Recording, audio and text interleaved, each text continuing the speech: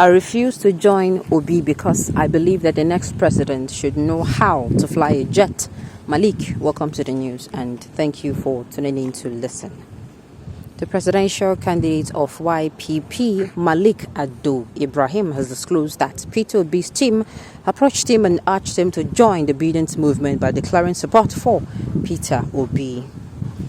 According to Malik, he decided to refuse the opportunity to join Peter Obi because he is of the opinion that the next president of Nigeria should know how to fly a jet or a plane.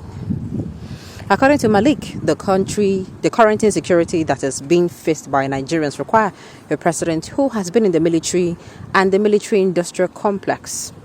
According to Malik, the next president of Nigeria should have experience in the military and he must be skilled in the act of flying a jet or a plane. Malik disclosed that he told Peter Obi's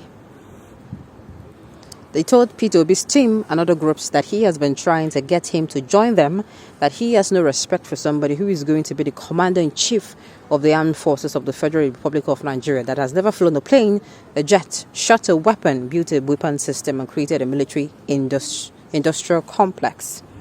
Malik stated that he is the only presidential candidate who has been able to fly a plane, flown a jet, shot a weapon, built a weapon system, and created a military industrial complex.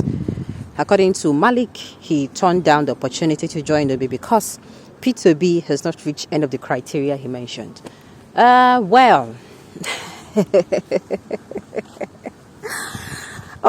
This man's own school of thought. Well, see, you can learn on the job. To me, if I were the obedient Peter Obi supporters, I'll take this as a feedback. Sincerely, there's nothing wrong. I mean, we have seen the Russian president, I've seen Vladimir Putin. He knows how to handle a weapon. He knows how to fly a jet, all those things. Yes, but at the end of the day, it does not give you, it should not be the measuring yardstick for you to measure someone who is going to perform. For goodness sake, we have had people who have been in the military. For goodness sakes, we have somebody who is sitting down on that particular seat, on the presidency seat, and the person was a major general. He's a retired major general, and the country is in shambles. There is chaos everywhere in the country. So, going by that, what does that tell you? We have had people who, of course, Olusegun Obasanjo, once upon a time, he was a military man and he became the president of Nigeria. Of course, and what's it called? We have somebody who is sitting there. That's to show you that it does not give that you have been a military person before, you have shot a weapon, you've flown a jet. It does not in any way transcend to you having the ability to govern the country in the very manner that is supposed to be governed, so that Nigeria is going to be a better country. So knowing how to do all those things I mentioned, yes, it's actually good. Yes, somebody is going to be the chief, the chief of armed forces. Like I said, this should be a feedback. A feedback in the sense that it's not too late. It's not late at all. You can learn these things on the job. There are things you can learn on the job. You can create a time where the president, will learn how to do these things. Then that should even mean that the president is going to be somebody who is young, somebody who can learn and grab this thing faster. Because of course, when you are old or older, your ability to grab things faster, it depreciates. Make we no lie. It'll be the same way they used to catch things when they're young, but the same way they used catch things when you do older. All right. Last, you will still join obedience movement. Obi will be president, and you, the flyer, will be the minister of aviation. So you will fly well. Shebi, you want to fly? Oh my goodness. All right. The ruling party, All Progressive Congress, produced the present president, who was a general, has fought in the dark days of unfortunate history, could not secure the country. Please excuse us with our story. You do not have what it takes to be obedient. Exactly. We have somebody who has fought. He has been through the dark times of that time we say, and they do that Nigerian civil war. He has, and we're not talking about my position. No. We are talking about somebody who was a major general. And the person is on the seat and the country is in chaos. What does that tell you?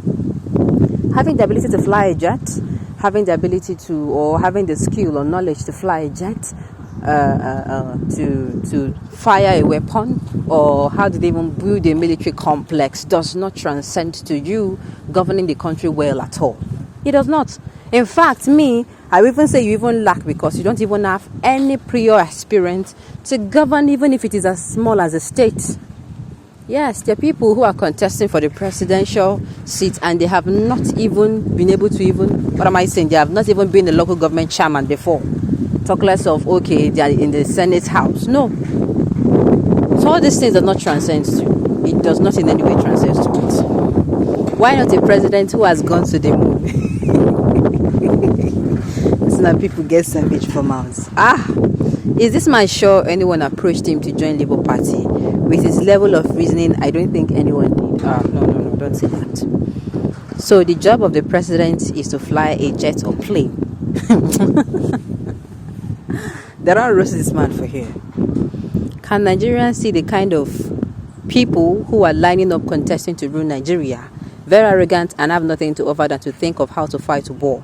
Someone should ask Malik that Buhari that fought the world war and civil war, where has he taken us today? This Malik ego is not different from Kwankwasu's ego. They should merge together. It was an error for B team to have met this kind of arrogant person to merge with Obi, because this guy lacked the economic indices required to bring back this country on track. Thank God for exposing them one after the other. Do you now see why I say I am happy a lot of things are happening during this pre-election period? Nigerians are getting to see the kind of people, get some statements, maybe say the candidates they make. Maybe say, why will somebody, who wants to be the president come out and start thinking like this?